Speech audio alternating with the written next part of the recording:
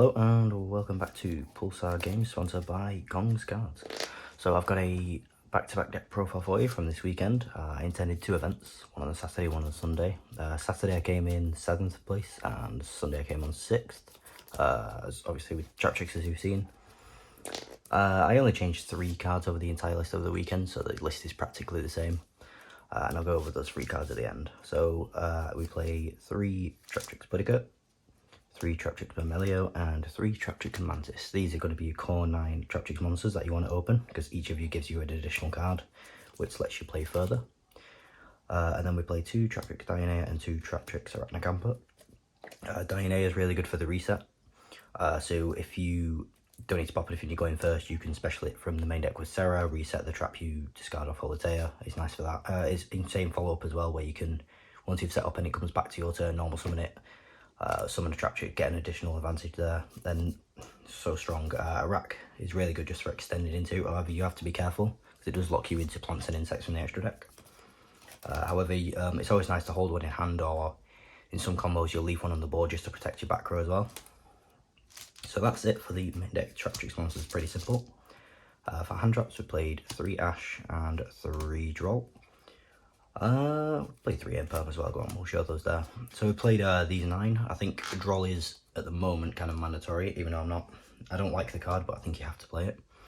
Imperm makes sense, it's a normal trap, it's a negate, it's a fair card, it's just exactly what you want, says on the tin, it's good. Ash I was quite liking, so there's a lot of branded in the format, branded Chimera. It's good against Unchained as well to stop the traps from summoning from the deck.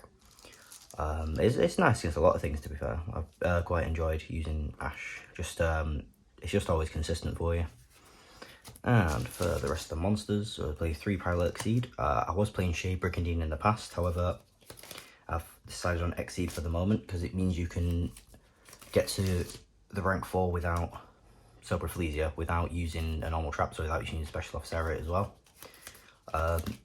Makes you less vulnerable to Ash, because if they Ash this, then they're not going to Ash Serra, which means you're going to be able to actually access more of your engine.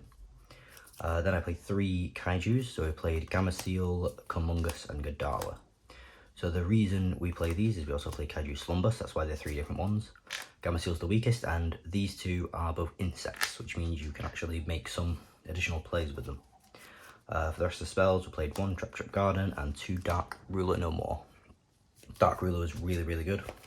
Definitely it's going to stay in the main. It's been incredible for me. Garden's obviously cracked. There's nothing to say about that. Kaijus have been very good as well.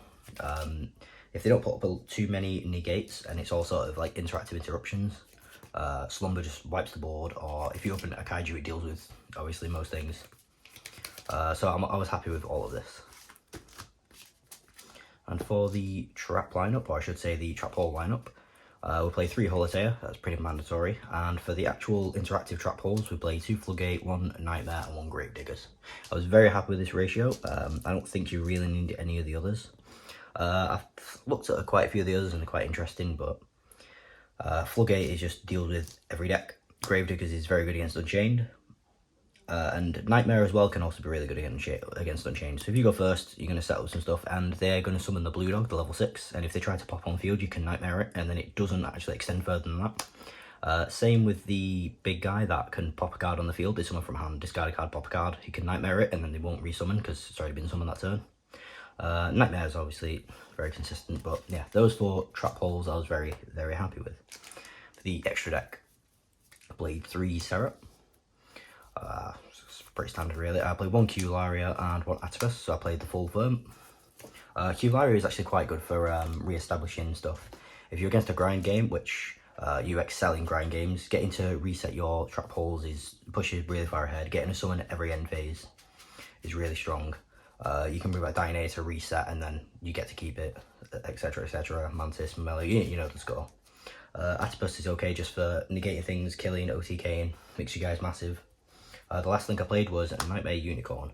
This didn't come up at all on the Saturday, but on the Sunday it actually did come up. So I think I'll keep it in for now, but I'm still unsure on that spot. This is somewhat flexible. For the XCs, put these over to one side. For the XCs, we played 2 Traptrix Pinguicula. I think this is the best XCs in the entire extra deck, to be fair. It searches, it sucks up It has protection. It's 2/5, which is actually huge because it means you can attack over Fenris, for example. That's something that did come up.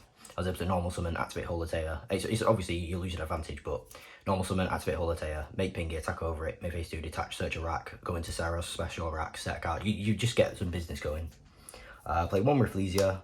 I was playing 2 for a while, and then I dropped it to 1, and I've just never needed the second. It's never really come up, especially with the limited trap hole lineup. You just don't need more because you're going to run out of actual useful trap holes very, very soon. And if you're worried about the protection effects, you can always reborn it off Holotea or even with Eularia in the end phase. And for the last Traptrix Xyz, we'll play Alameris. It's really good for getting OTKs for if you're against, say, another trap deck like Labyrinth or anything that sets a lot of cards. You can summon a melee or pop a card, make him a melee with this. If you've got another card in the grave, detach 2, bring my melee back, pop another card. Link off with a Mamelio and then use the field spell, banish Alameris, bring Mamelio back, pop another card. You just get a lot of advantage off it. You can combo it with Pudica as well to get rid of, say, their big monster, and then detach 1 for Alameris to summon it back, and then attack them with it. So they're the 4 Traptrix Xyz that I played. Play 1 Redoer, pretty standard, it's insane. You make it with a trap, you get to bounce stuff. I play 1 Dweller, which I've not seen, but it just wins the Unchained matchup so hard. You can make Dweller and then they just struggle. It really, really limits what it can do. To avoid imperm, you just sit on it and wait. If they have a kaiju, they have a kaiju, but they're more likely to have something like an imperm, so you're going to wait until they activate any card. It can be anything, Unchained, not Abomination, the search card, Prison I think it is, Prosperity, whatever you call it, and then you just chain Dweller then so you don't get impermed. Play 1 Paguska. This actually came up against Branded, so they set up shop, they had a Quem, Rimbrum in the grave, as well as like Albaz and things, so it was a really complicated game state, but I had a bunch of monsters left over, so I just made Paguska, and then I can just go into Link plays and clear the board there, and then OTK. And then we played 1 Exoton and 1 Zeus. Exoton was broken against this Kashtira player, it was so good.